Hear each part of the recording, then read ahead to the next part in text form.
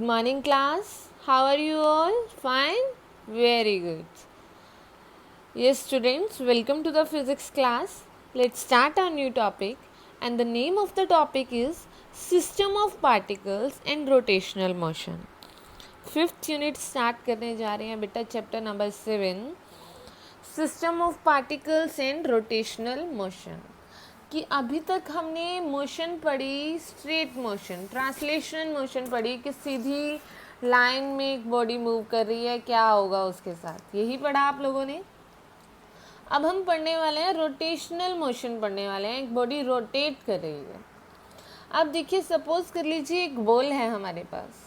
जब वो बॉल आप बॉल को बार बार ऊपर की तरफ रोटेट करते हैं क्या आप एक एक पार्टिकल की मोशन को कैलकुलेट करना आसान है। ये बॉल ली ऐसे ऐसे आप रोटेट करें क्या उस बॉल की एक एक पार्टिकल की मोशन को स्टडी करना आसान है नहीं, क्योंकि अब देखिए यहाँ वो बॉडी थी उसका एक पार्टिकल इसकी आपको मोशन करनी है थोड़ी देर में यहाँ हो गया वो रोटेट भी कर रही है और मूव भी कर रही है आगे। तो इसके लिए हर पार्टिकल की मोशन को कैलकुलेट करना बहुत डिफ़िकल्ट हो रहा था। तो हमने क्या फाइंड आउट किया सेंटर ऑफ मास। क्या फाइंड आउट किया। अब क्या करेंगे इस बॉडी का इस बॉल का centre of mass find out कर लेते हैं और सेंटर ऑफ मास निकालने के बाद उस पार्टिकल का सेंटर ऑफ मास निकाल लेते हैं उस पार्टिकल की मोशन को स्टडी कर लेते हैं। ठीक है। अब देखिए लेट कर लीजिए ये मार्कर ये पेन है मेरे पास। अब इस पेन को मैं ऐसे ऐसे रोटेट कर रही हूँ ये पेन आगे आगे जा रहा है एक एक पार्टिकल ये पेन था इसको मैंने आगे की तरफ रोटेट किया देखा आपने कैसी मोशन हुई है प्रोजेक्टाइल मोशन। इस तरीके की मोशन हुई दैट इज़ प्रोजेक्टाइल मोशन।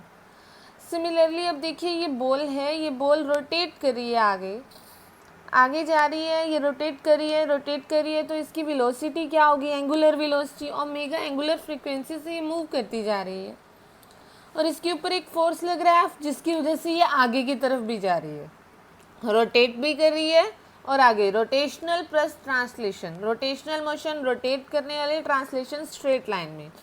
अब ये घूमते घूमते आगे की तरफ मूव कर रही है फोर्स एफ लग रहा है वेलोसिटी वी से आगे की तरफ मूव कर रही है।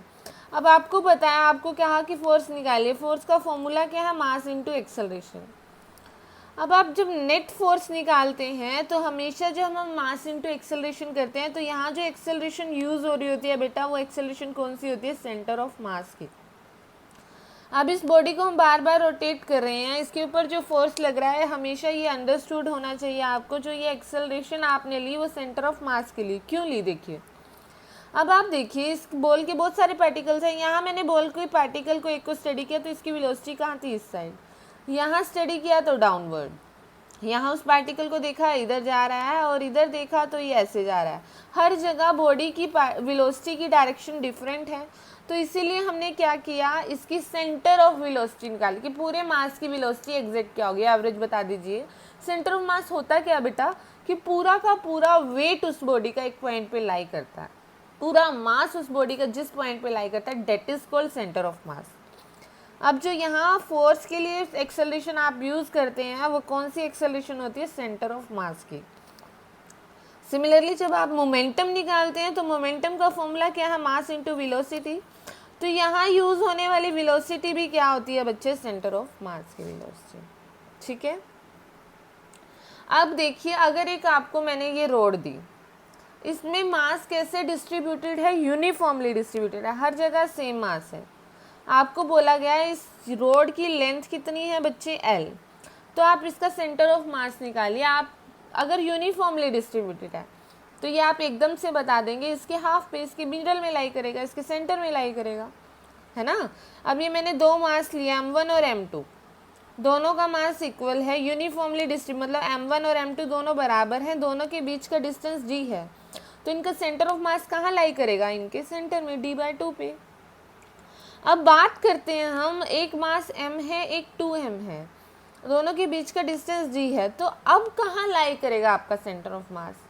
तो बहुत सारे देखिए एक मास m है दूसरा 2m है दूसरा उससे ग्रेटर है तो कहाँ लाई करेगा। तो आप सबके दिमाग में आ रहा होगा कि आपका सेंटर ऑफ मास कहाँ लाई करेगा 2m के पास यहाँ से थोड़ा सा राइट की तरफ मूव कर जाएगा जहाँ ग्रेटर है आपका मास उसकी तरफ मूव कर जाएगा। अब बात करते हैं एक डिस्क की डिस्क में यूनिफॉर्मली डिस्ट्रीब्यूटेड है आपका मास तो यहाँ भी कहाँ लाई करेगा, सेंटर पे, at the centre of the disc, centre of mass exist.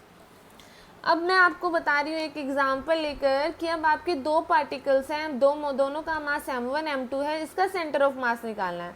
m1 कितना दूर है r1 डिस्टेंस पे, m2 कितना है r2 डिस्टेंस पे, सेंटर ऑफ मास निकाला तो क्या आया, सेंटर ऑफ मास निकालने का फॉर्मूला क्या होगा बेटा, मास m1 into r1 m2 into, देखिए अब आप m1 ये रहा m2 ये रहा, इनका सेंटर ऑफ मास कहाँ लाई करेगा, ऑब्वियसली इन दोनों के कहीं बीच में यहाँ पर। तो इसका कोऑर्डिनेट ले लिया, इसका वेक्टर क्या है RCOM।